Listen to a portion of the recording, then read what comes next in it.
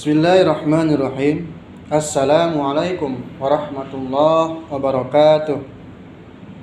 Hamdan wa syukran lillah. Segala puji hanya milik Allah Subhanahu wa taala.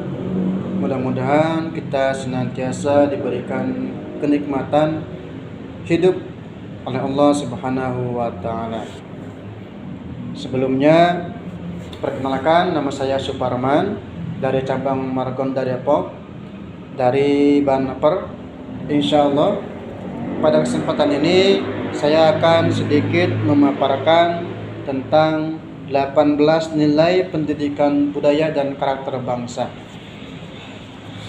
Baik, pada kesempatan ini ada salah satu yang akan saya paparkan mengenai nilai pendidikan budaya dan karakter bangsa, yaitu dari nilai kedisiplinan.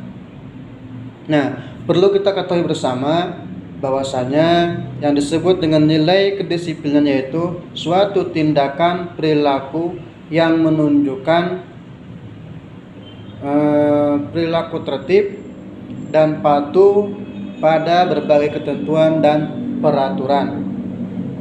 Ingat, setiap tindakan-tindakan yang menunjukkan perilaku tertib dan patuh pada berbagai ketentuan dan peraturan. Nah, itulah yang disebut dengan nilai-nilai kedisiplinan. Jika kita sudah bisa menentukan, jika kita sudah bisa melakukan hal tersebut, sudah bisa melakukan setiap pekerjaan, setiap perilaku kita sudah sesuai dengan peraturan dan ketentuan yang telah ditentukan oleh suatu pekerjaan, suatu perusahaan, itu tandanya kita sudah menanamkan dalam diri kita yang namanya nilai kedisiplinan. Kemudian dari nilai kedisiplinan tersebut ada beberapa indikator-indikator yang berkaitan dengan nilai-nilai kedisiplinan. Yang pertama itu dari segi waktu, dari mematuhi peraturan, dari segi pakaian, dan dalam penggunaan barang atau bahan yang akan digunakan. Baik, kita jelaskan, kita paparkan satu persatu dari indikator-indikator tersebut. Yang pertama yaitu indikatornya mematuhi waktu, ya. Nah, dalam setiap perusahaan atau pekerjaan pasti ada waktu-waktu tertentu yang telah ditentukan oleh perusahaan tersebut.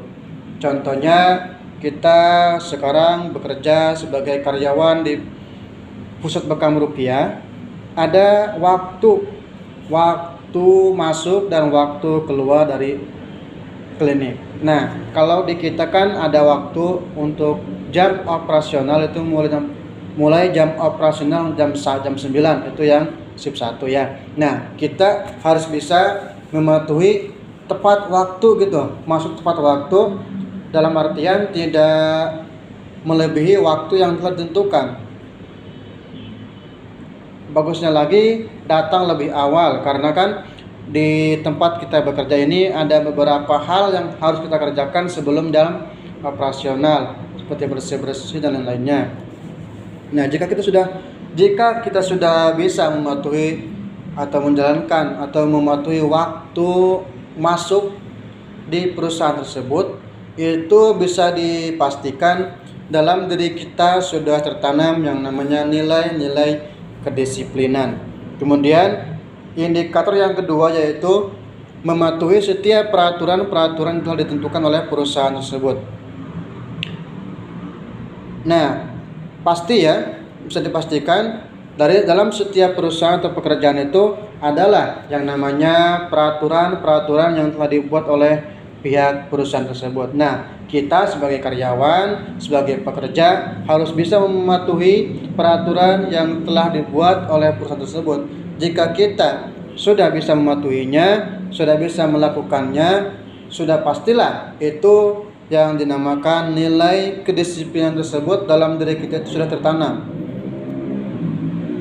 Kemudian yang ketiga yaitu dari segi pakaian ya. Segi pakaian juga pastilah setiap perusahaan beda-beda yang namanya seragam ya, atau seragam pakaian praktiknya. Kalau di kita kan ada yang warna putih, ada yang warna hijau, ada yang warna merah. Nah, kita harus bisa menyesuaikan dengan yang telah ditentukan pakaian-pakaiannya, pasangan-pasangannya, ataupun harinya, hari apa aja.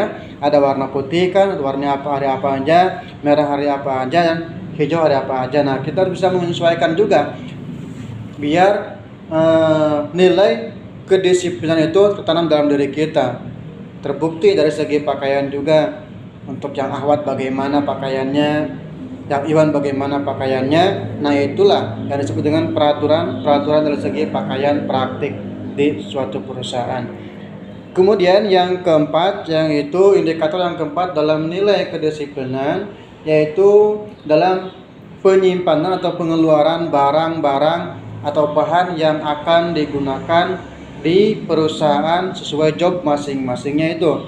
Nah, dikitakan adalah yang namanya kop ya, kop untuk alat bekam atau alat refleksi. Nah, itu kita harus bisa memilah, bisa memisahkan mana yang akan kita gunakan, mana yang tidak kita akan gunakan.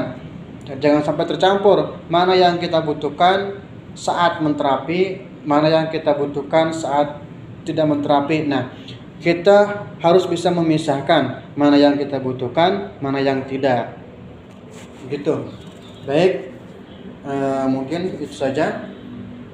Nah, jadi kalau kita sudah bisa melaksanakan semua indikator-indikator yang dari nilai kedisiplinan tersebut, sudah bisa dipastikan bahwa dalam diri kita itu telah tertanam yang namanya nilai-nilai kedisiplinan. Tapi sebaliknya, jika kita masih lalai, masih masih belang betong lah, masih jarang, masih tidak kita lakukan, ada hal satu aja yang tidak kita kerjakan dalam indikator nilai kedisiplinan tersebut, maka dipastikanlah itu kita belum bisa atau belum mendapatkan yang namanya nilai kedisiplinan dalam bekerja. Baik, hanya itu yang dapat saya sampaikan. Mudah-mudahan ada manfaatnya. Akhir kata, assalamualaikum warahmatullahi wabarakatuh.